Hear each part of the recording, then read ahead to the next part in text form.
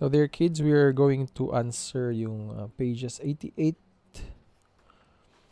to page 92 ba to? Okay, I think it's in 92.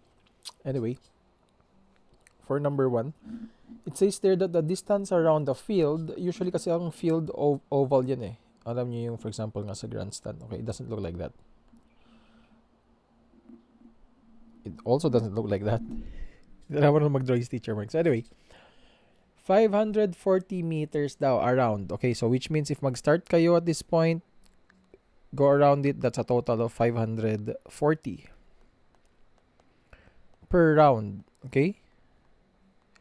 540 meters yan ang unit natin dyan. And it says there that Ruth runs around the field 8 times. So, which means we need to get the distance, final distance. May aeroplano pang lumipad. So, yung initial distance natin is 540 meters. Pero, the situation gave us that she went around it 8 times. So, ang final distance natin dito is 540 meters multiplied to 8. Okay. So, from there, you'll have your answer for your final distance. And it says there that she was able to do it in half an hour. Okay? Half an hour. So, that we have a time there. So, half an hour daw. 1/2 hour.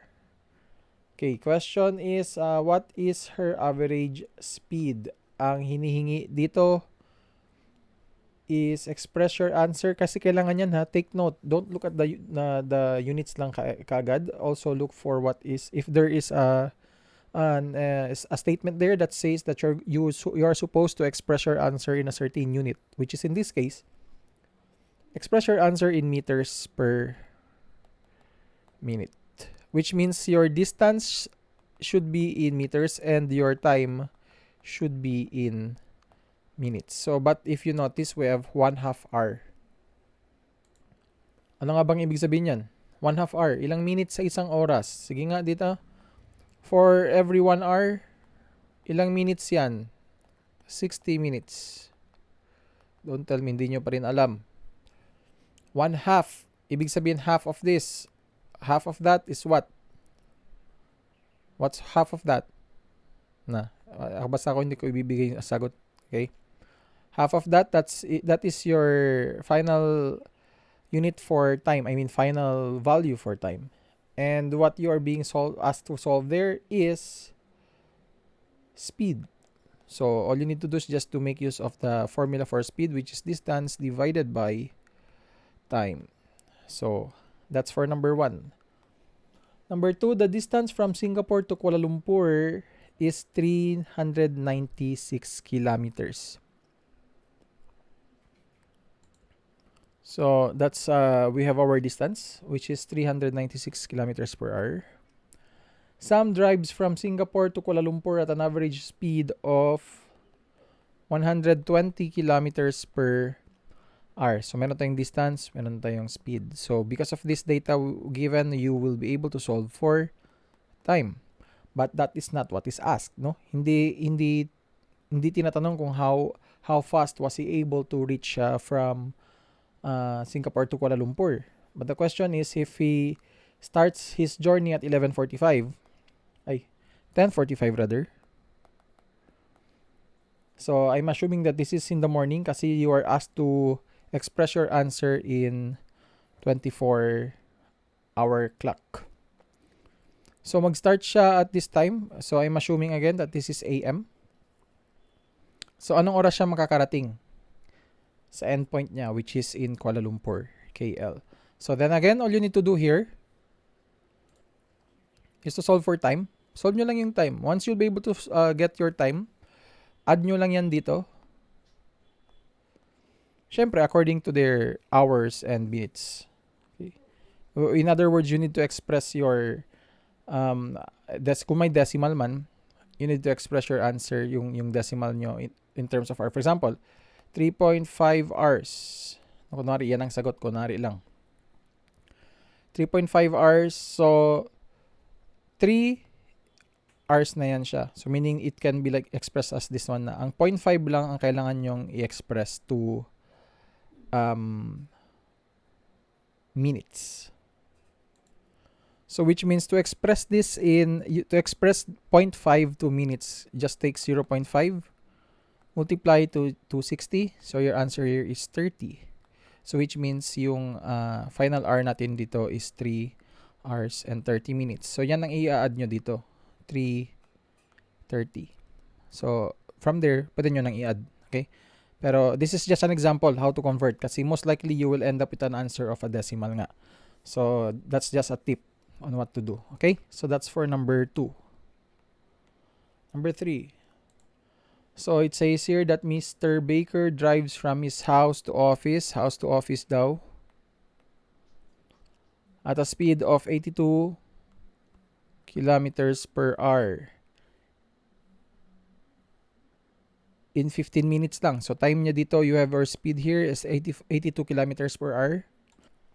And yung time naman natin is 15 minutes. Then here comes Mr. Taylor naman, whose house is as far as the office as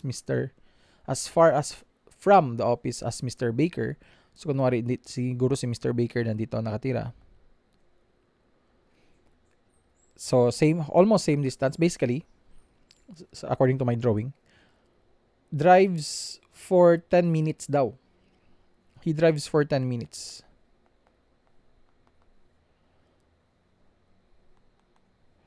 Okay, so kung man-notice nyo, there are no other information. Ang hiningi lang dito, what is the difference in their driving speeds? So we have to take the speed of Mr. Baker.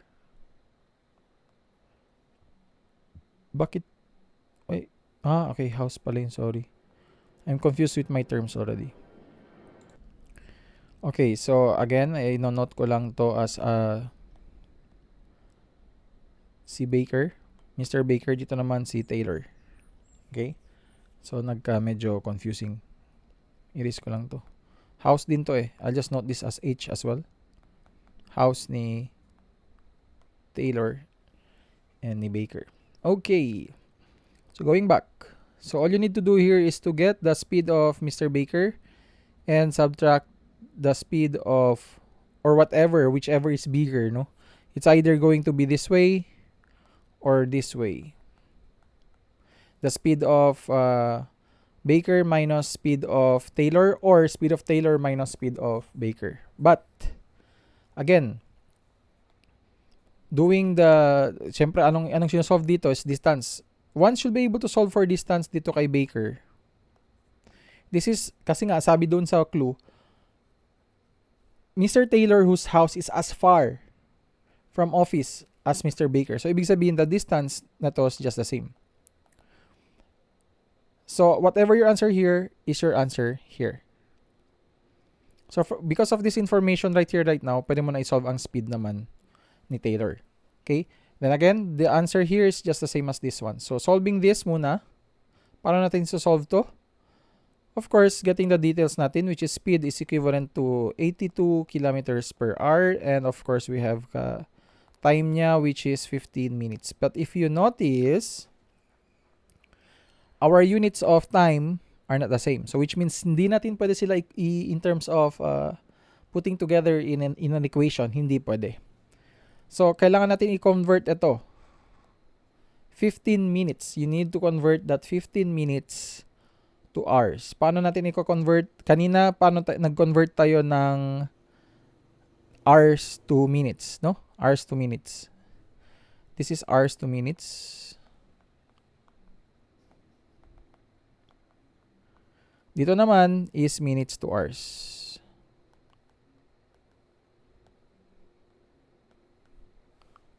Okay, paano tayo kung sa hours to minutes we multiplied our hour by 60, dito naman you're going to divide kasi doing the opposite eh. So that's 15 minutes divided by 60. Okay? I-divide nyo lang yan. So doing so, you'll end up with an answer of 0.25. Okay? So which means now your final time here is 0.25 hours. Okay? Is that the answer? No. That's just part of the situation. Sanay kasi talaga tayo na yung madali lang eh. Pero dito kasi medyo complicated ang solving natin. Okay. This is just the details that you need. To solve for distance, you need your speed and our final time here, which is in our correct unit na. So doing so, you'll be able to find your distance, which will also represent the same exact distance for Taylor. And once you'll have the answer here for the distance for Taylor, you'll be able to solve Taylor's speed. And comparing both nga, whichever is bigger, proceed with this approach. Okay? So, ganun lang. Now, going to number 4. Aileen ran at a speed of 4.8 kilometers per hour to complete a 4-kilometer run. Okay. So, Aileen, may ibang tao ba? Okay, meron nga. So, Aileen, 4.8 kilometers per hour yung mga details natin ha. Kunakuha lang natin. 4-kilometer run.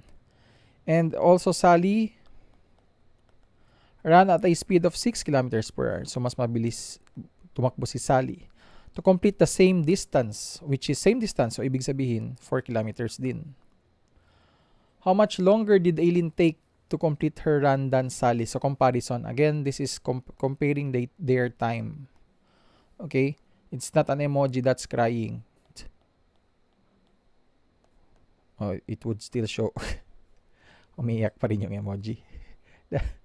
This is either like what I've said earlier, since mas mabilis yung kay Sally nga, so we can say how much longer did Aileen take to complete her run than Sally. So comparing parang how much longer. So I'm assuming that Sally's time is obviously smaller kasi mas mabilis siya eh. So mas shorter yung time niya to reach that point. And yung kay Aileen naman is ito. Okay. So, it's parang crying talaga, no? Parang, it's like, oh, see? Oh, no. Emoji. Okay. So, then that is your final answer for number 4. Okay? Number 5. Okay, try lang natin basahin ng number 5. Peter set off from town A to town A at 10 a.m. Peter, town A at 10 a.m. Driving at an average speed of 84 kilometers per hour. 84 kilometers per hour. He reached town B at 2 p.m. So again, nag-start siya from town A all the way to town B at 10 a.m. and reached town B ba't ko nagsulat ng B ulit? 2 p.m. Okay.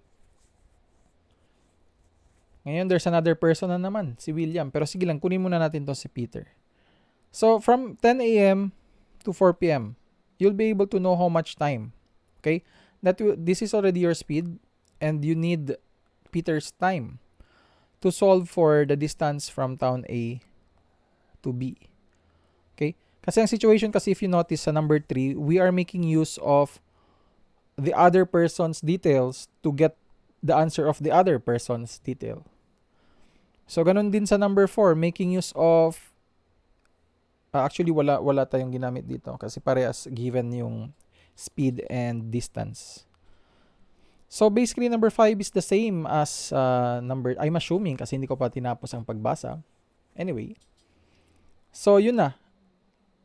Given basically, you can solve for Peter's distance here. Pwede nyo talaga i-solve. Ang kailangan nyo na lang dito is ang time. With this given, imagine from 10 a.m. to 2 p.m., you have your watches there. Pwede nyo i-compare kung ilang oras yan. From there, you'll be able to get your final answer in hours.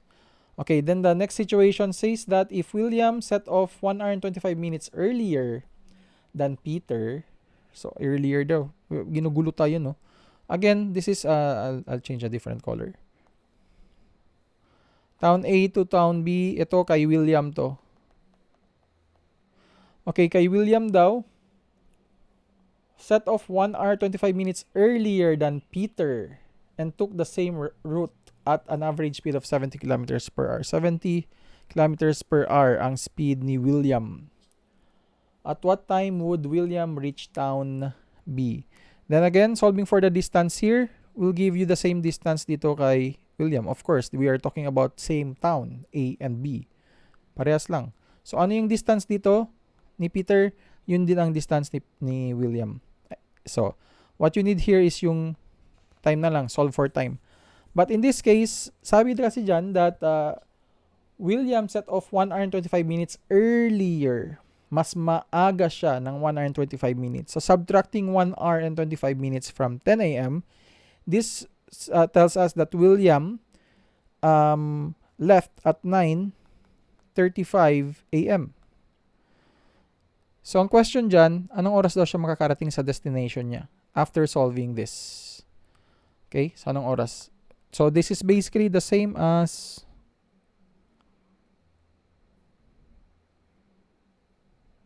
number 2? Number 2. Halos the same siya. Okay, the same yung approach niya. Combination of number 3 and number 2 ang ating number 5. Okay? So, ganun lang. Again, one should be able to solve for the distance of Peter. That is the same exact town lang din naman ang ni-take ni William. Kasi nga sabi doon, Peter took the same route. Okay? Different lang yung speed. So, obviously, different din ang time. Once you'll be able to get your time, all you need to do is just to add it with this one. And you'll have your final answer. Kung anong oras siya makakarating. Okay? So, ganun lang sa number 5.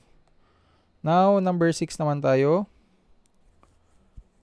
Okay, number 6. Tracy took 2 and 1/3 hours to travel 4/9 of the distance between X and Y. Uy, another complicated na naman tayo. X and Y. So, again, Tracy lang ba? Sana naman wala na. Meron pa si Jessica. Sana Tracy na lang. Okay, anyway. Tracy took 2 and 1/3 hours. 2 and 1/3 hours. This is her time. But this is not from X to Y, ha? You have to remember that. Tracy took 2 and 1/3 hours to travel 4/9 of the distance between town X to town and town Y. So, ibig sabihin, we need to subdivide this figure by 9 parts. So, try natin gawin yun. 1.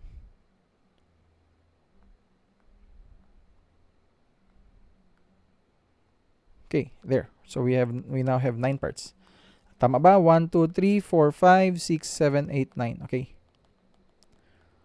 9 parts. So, which means Tracy traveled only until 1, 2, 3, 4. So, from this point to this point.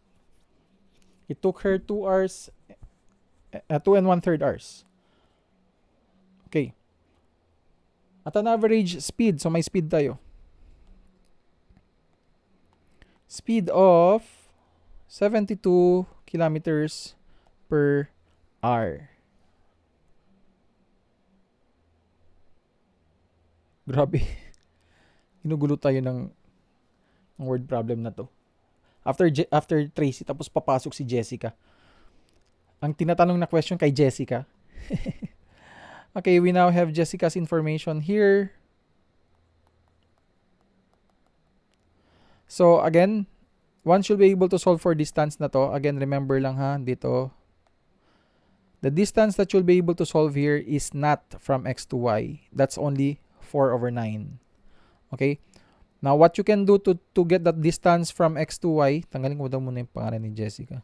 Yan. When you're going to solve for this distance, ang kailangan nyo muna dito gawin to solve for the final distance from distance X to Y is to get this answer, put it here, and then divide it by 4. After dividing that by 4, you multiply it by 9. And that is your final answer sa distance from town X to Y. Okay? Again, once you'll get your answer here, ito, after doing this, all you need to do is just to divide your answer, distance divided by 4, then multiply it by 9 to get your final distance from X to Y. Okay? Final distance from X to Y. Town X to town Y. Okay. Then from there, pwede nyo na i-solve yung question na regarding kay Jessica. My God. Kasi nga, since you already have your final answer here, whatever your answer here is your distance here. Okay? Ano yung answer nyo dito is your answer here. Kinaklaro ko lang. Okay? And you also have the speed there. Okay, may speed tayo. Which is 70 kilometers per hour. Then from there, you'll be able to solve for your time. But again, hindi ata yung time ang hinihingi. Ang tinatanong dyan, teka lang. I'm reading the wrong number, sorry.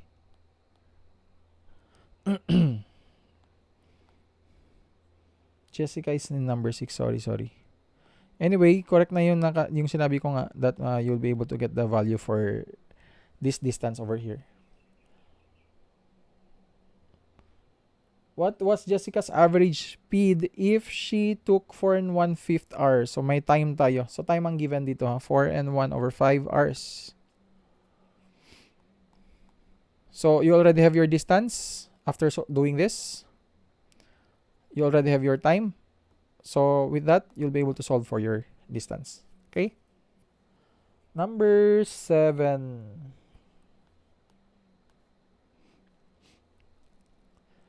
Tara usually leaves her house at 8:20 a.m. Driving at an average speed of 63. So we're talking about Tara kasi baka may ibang tao na naman involved. Pero parang siya lang. Walang iba. Okay. Tara usually leaves her house at 8:20 a.m. So yun mga clue natin. 8:20 a.m. Driving at an average speed of 63 kilometers per hour. To reach her office at 9 a.m. So ibig sabihin, tingnan nyo. From 8:20 to 9 a.m. From here, you'll be able to get your time. Yun nga lang, in minutes siya. So your answer here is in minutes, blank minutes. Minutes to hours, anong gagawin ninyo? Minutes to hours, you just need to divide it by 60. Okay? Divide nyo lang siya by 60. Whatever your answer here is, divide nyo lang siya by 60 para maging hours yung units natin. So expect your answer to be in decimal. Okay. Siyempre, para ma-comply lang natin yung kasi our speed is 63 tapos may kilometers per hour. Okay? Per hour siya. So, going back, what should Tara's average speed be if she leaves home 5 minutes earlier than usual? Okay. So, ang aim muna natin dito, this is our situation 1 ha. We have your Tara number 1. Situation 1. And we will have our Tara. Ibababa ko lang konti. Your Tara here. Situation 2. What is your aim for Tara 1? Is to get the distance from her house to her workplace. And once you'll have that, you'll be able to get the answer here. Whatever your answer here is your answer in the distance for Tara number 2, situation 2. And leaves earlier by 5 minutes. So hindi na siya nagli-leave ng 8:20. If the time earlier was 8:20, so 5 minutes earlier would mean 8:15 na. But still wants to reach at the same exact time, which is 9 o'clock. So in this case, which means our time here is now 45 minutes. Sinabi ko ang answer. Then again, you need to change this. Divide this by 60 para makuha nyo ang unit nyo in hours. Okay? So, you now have the distance. You now have the time. You'll now be able to solve for speed. Okay? Ganun lang. Number 8. A motorcyclist and a motorist. Ako, andito naman to. Ito medyo komplikado to. Pero sige lang. I don't know what's the difference between a motorcyclist and a motorist. Maybe a motorcyclist drives a bicycle with a motor. Anyway, doesn't matter. So A and B tayo. A is our motorcyclist and B is our motorist. And towns YZ. Okay, so YZ at the same time respectively. The motorist rode at an average of the motorcyclist rather. We have information for our motorcyclist. Average speed niya is 98 kilometers per hour. And the motorist naman drove at an average of 82 kilometers per hour. Okay. They passed each other daw. No, they passed each other. 1 hour. So may time tayo dito. This is common for both. Time, which is 1 hour. And 18 minutes. Okay. Convert lang natin to. We need to change this to hours. So that's 18 divided by, I will help you with this one entirely. Okay. So you're allowed to use your calculators.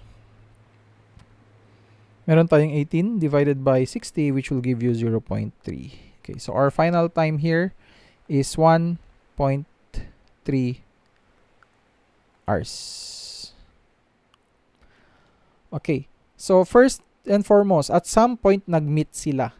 Let's say mas mabilis naman si motorcyclist, so which means motorcyclist will be from this point to this point. At si motorist naman is from this point to this point. Let's say this is their point on where they meet. Okay? So with the given data, merong speed si motorcyclist, merong speed si motorist. And their time is basically the same at point that they are going to meet. No? So from there, which means you'll be able to solve for distance. No? Distance ni motorcyclist, which is ito. And distance ni motorist, which is ito. So if you'll add these two together, 1, 2, that will give you the distance from town Y to town Z. It's raining. I don't know if you can hear it sa background. Pero parang naririnig ninyo. The meter is moving sa microphone. So anyway, you'll be able to solve for A during that, using that. So, letter B, ibang situation naman ngayon. What was the motorist's new speed? Motorist is etong yellow, no? Ito. What will be his ano to? So, may dalawang distance tayo. Just to take note, we have distance in color blue and distance in color yellow. Okay, kasi para hindi tayo confused, okay? So, what was the motorist new average speed? Motorista with itong nasa itong yellow bar sa 4-hour distance. Okay? All you need to do here, kasi may new time tayo, which is 1 hour. Focus tayo sa motorist. So, we have our new time here, which is 1 hour and 24 minutes. Changing this to hours, you just need to divide 24 by 60, which will give you 1.4 in total. 0.4 lang actually. Ina-add ko na lang kaagad time. Okay? So, yan ang time ngayon. And your distance naman dito, kasi this is already the distance that he traveled. Ito, from this point to this point. Ngayon, the distance that he will cover is the one in blue. Kasi going dito si motorist from this point to this point. He already surpassed itong area niya kanina. This one. He already surpassed that. Now, he is going to cover the distance yung kay motorcyclist, which is in blue. So, ibig sabihin, our distance that you need to take here is the distance in blue. Nag-solve kayo You have to solve for this. Which is yung kanina nga. So with that, you'll be able to solve for speed. Okay? Again, Teacher Mark, I'm confused. Yung distance na kailangan nyo gamitin dito is the distance ng motorcyclist. Ito, that you did earlier to solve for. Okay? So, ganun lang.